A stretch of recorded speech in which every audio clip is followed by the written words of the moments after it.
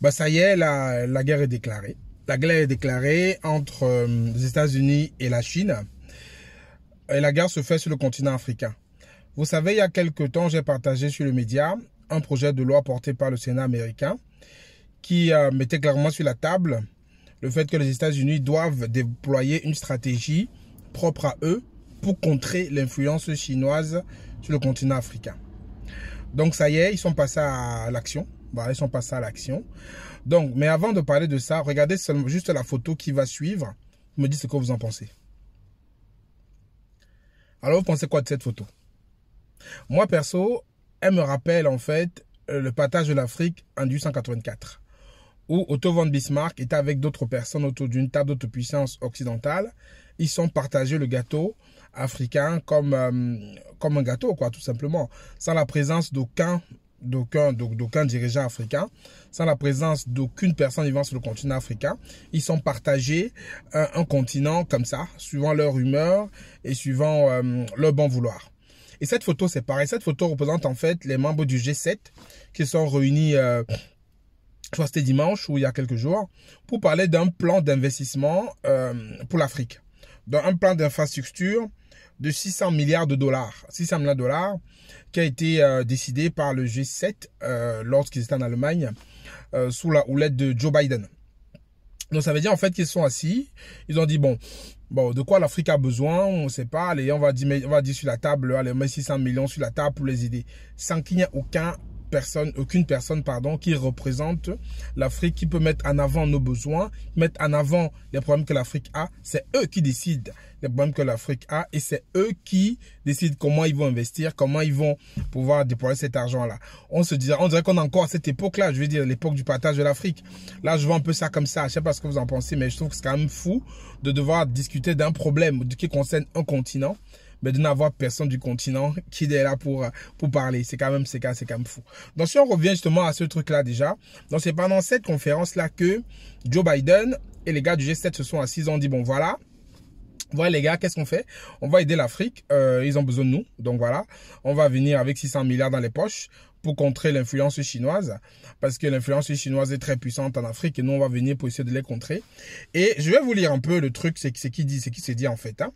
Donc, ce qui se passe, c'est qu'ils font ce projet de 600 milliards de dollars sous la houlette des États-Unis pour contrer la nouvelle route de la soie qu'a lancée la Chine. Donc, maintenant, il dit en fait que ils ont érigé l'Afrique subsaharienne en priorité majeure. Ça veut dire en fait que les gars des États-Unis et les gars de l'Afrique subsaharienne, pour eux aujourd'hui, c'est une priorité majeure. Mais avant de parler de ça, on va d'abord se poser la question d'abord, comment ça se passe chez eux? On est ici en Occident, j'écoutais encore les informations ce matin, il y a des grèves partout.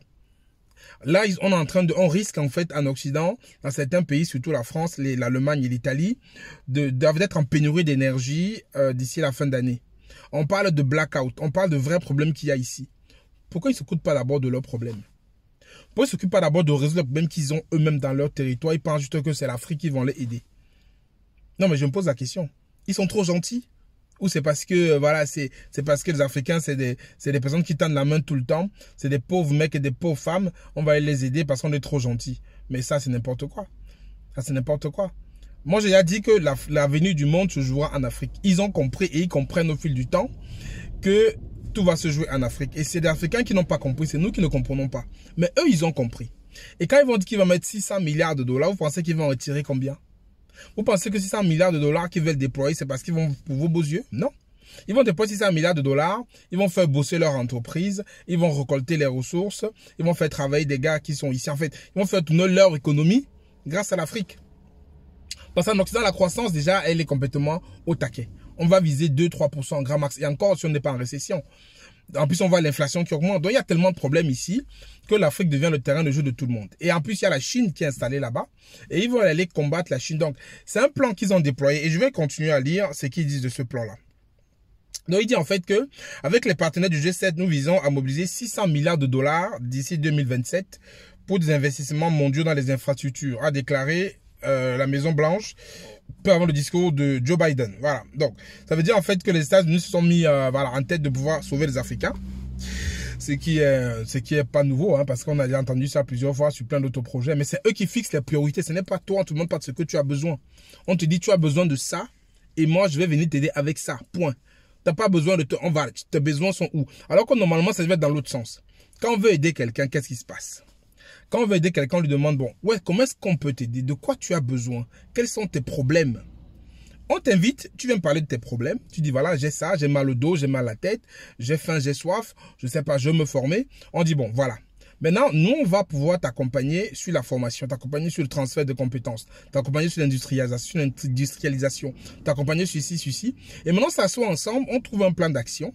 Tu me dis, voilà, moi, je mets 5 € sur la table, toi, tu en mets 5 €, ça fait 10 € et on peut donc commencer à travailler ensemble. Mais je ne vais pas m'asseoir dans mon coin, dans mon salon, je dis, bon, il a besoin de quoi? Il a besoin d'eau. Il a besoin de ci, il a besoin de ça. J'apporte l'argent. Non, c'est qu'il y a un problème. C'est ce qui se passe là. Ils se sont assis. Les gars du G7, ils ont dit, voilà, l'Afrique a besoin de ça. Ils ont décidé, ils ont paf, voilà. Après, certains me diront que Macky Sall y est allé après. Oui, ils ont invité Macky Sall quand les dés étaient déjà joués. Ils ont invité Macky Sall, ils n'ont pas demandé son avis. Il est juste venu pour dire, voilà, on fait venir un président africain, le président de l'Union africaine d'exercice, on le fait venir pour dire qu'on a consulté les Africains. Mais son avis compte pour rien du tout parce que ça vient décider avant. Ils ont fait ça dimanche, je crois qu'il est parti là-bas lundi.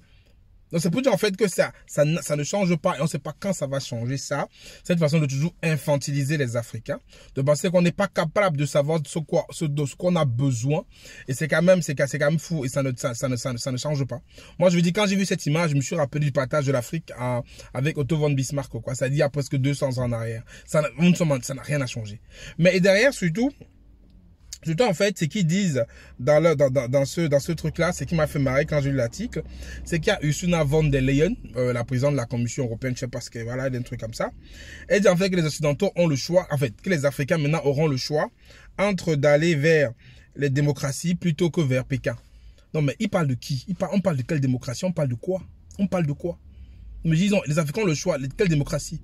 États-Unis, France, tout ça, c'est la démocratie, ça? L'Allemagne, tout ça, c'est la démocratie. Mais de quoi ils parlent? Ils disent que les États-Unis ont le choix, en fait, que les Africains auront le choix d'aller vers Pékin ou d'aller vers les vraies démocraties. Mais à quel prix aussi? À quel prix? Et le choix des Africains, et les Africains, leur vie ne compte pas, en fait. Leur vie, on vous met le choix entre la peste et le choléra, vous devez choisir. Et aujourd'hui, ils disent que le monde a besoin d'investissement et voilà, nous devons travailler côte à côte et montrer la puissance d'investissement, de développement lorsqu'ils reflètent les valeurs démocratiques et lorsqu'ils adoptent les normes les plus exigeantes pour l'environnement et les travailleurs. Non mais attendez. Je vais dire, c'est quand même fou quand même, ce monde est ambivalent. Je vais dire, c'est quand même fou comment est-ce que les politiciens peuvent être des fourbes en fait. Hein, des fourbes complètement. Je vais dire, là maintenant, ils vont dire en fait que bon, les Chinois, quand ils viennent investir, ils ne pensent pas aux droits de l'homme, ils ne pensent pas ci, ils ne pensent pas ça. Mais eux, les opposants, ils vont arriver, ils vont penser à tout ça, machin. Mais c'est pareil, c'est kiff borico, quoi. C'est-à-dire, c'est toujours, ils vont toujours exploiter, toujours prendre, toujours vous servir, sans vraiment savoir ce que vous allez donner. Ce qu'on a besoin aujourd'hui, c'est que l'Afrique, vous la laissez tranquille. On a besoin d'un transfert de compétences. On a besoin de s'industrialiser. On a besoin de comprendre nos vrais besoins, que notre jeunesse soit formée. On n'a pas besoin que vous asseyez autour d'une table pour discuter de nos problèmes à notre place. Je pense que là, ça commence un peu à faire beaucoup, quoi. Et derrière, c'est qu'on a toujours, bon, la politique, on me dira que c'est plus grand que ça. Mais il faut quand même comprendre qu'aujourd'hui, les cartes se jouent en Afrique. Tout le monde comprend que l'Afrique, c'est l'avenir. Tout le monde comprend que l'Afrique, aujourd'hui, c'est là où tout va se décider dans les années à venir. Tout le monde comprend que l'Afrique, c'est là où il y a le sous-sol, les ressources les plus importantes. Et chacun essaie de jouer sa partition. Mais c'est les Africains qui risquent d'être lésés parce qu'apparemment, c'est les seuls qui n'ont pas compris. Donc, c'est pourquoi je vous en pensez de cette nouvelle annonce des États-Unis d'investir 600 milliards en Afrique, de pouvoir développer le continent avec leur entreprise, avec leur main. Parce que c'est comme ça que ça se passe en fait. On te ramène l'argent, mais on t'impose comment tu vas travailler. On va te mettre un quota d'entreprises étrangères, on va te mettre un quota de main d'œuvre, on va te mettre en fait plein de critères pour que tu puisses en fait t'en sortir. Donc aujourd'hui, on voit même qu'il y a plusieurs trucs qui se décident sur le continent africain.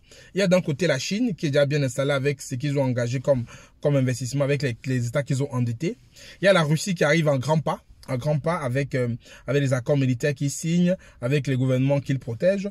Et il y a les États-Unis maintenant qui se sont laissés larguer un peu, qui veulent revenir dans le game parce qu'ils ont vu que la Russie et la Chine sont en train de prendre des pas d'avance. Et du coup, ils tapent du poing sur la table. Ils sont en train de décider de pouvoir justement réinvestir de l'argent dans le business pour pouvoir conquérir les territoires qu'ils ont perdus. Et bien entendu, il y a l'Union européenne qui a la botte des États-Unis comme d'habitude. Hein.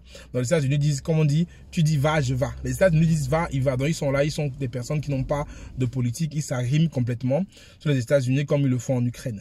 Donc voilà, dites-moi ce que vous en pensez de tout cet échiquier qui se joue là. Ça se joue vraiment sur le continent africain. Entre un côté occidental où il y a les États-Unis et leurs compères européens, avec la Russie, avec la Chine, voilà, ça se joue là-bas. Autant ça se joue en Ukraine au niveau de la guerre où les mêmes s'affrontent hein, de façon interposée. Ça se joue aussi en Afrique où aujourd'hui en termes de business, tout le monde s'affronte aussi. Donc qu'est-ce que nous Africains donc on peut dire de tout ça? Mettez-moi ça en commentaire, on se retrouve pour en discuter. C'était Franck Kenyé, à très bientôt, ciao ciao.